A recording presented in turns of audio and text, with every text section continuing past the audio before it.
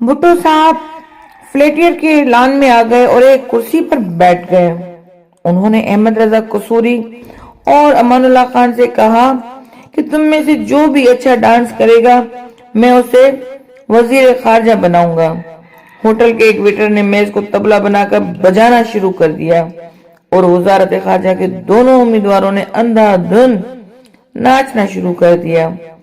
بھٹو صاحب کافی دیر تک تالیاں بجاتے رہے۔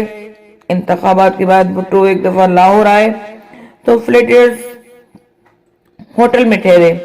ایک شام قصوری ہوٹل جا پہنچا اور وزیر بننے کی ضد کرنے لگا۔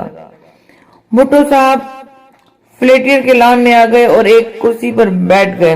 انہوں نے احمد رضا قصوری اور امان اللہ خان سے کہا کہ تم میں سے جو بھی اچھا ڈانس کرے گا میں اسے وزیر خارجہ بناؤں گا۔ ہوٹل کے ایک ویٹر نے میز کو طبلہ بنا کر بجانا شروع کر دیا اور وزارت خارجہ کے دونوں امیدواروں نے اندھا دھن ناچنا شروع کر دیا۔ بھٹو صاحب کافی دیر تک تالیاں بجاتے رہے۔ آخرکار انہوں نے ناچنے کا یہ مقابلہ ختم کیا اور قصوری کو فاتح قرار دیتے ہوئے کہا کہ وہ وزارت خارجہ کا سب سے موزوں امیدوار ہے۔ اس دوران حکومت سازی میں تاخیر ہو گئی۔ قصوری کے لیے ایک ایک دن بھاری تھا۔ ایک دن اسے پتہ چلا کہ بھٹو صاحب مذاق کر رہے تھے۔ یہ پتہ چلنے پر قصوری آگ بگولا ہو گیا۔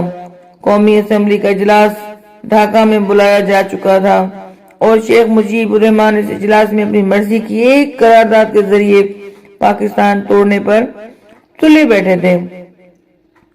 بھٹو صاحب نے اس اجلاس کے بائیکاٹ کا اعلان کیا لیکن احمد رضا قصوری ڈھاکہ پہنچ گیا تاکہ عوامی لیگ کے ساتھ مل کر وزیر بن جائے، لیکن عوامی لیگ تو پاکستان کو خدا حافظ کہنے پر تلی ہوئی تھی، لہذا قصوری واپس آ گئے۔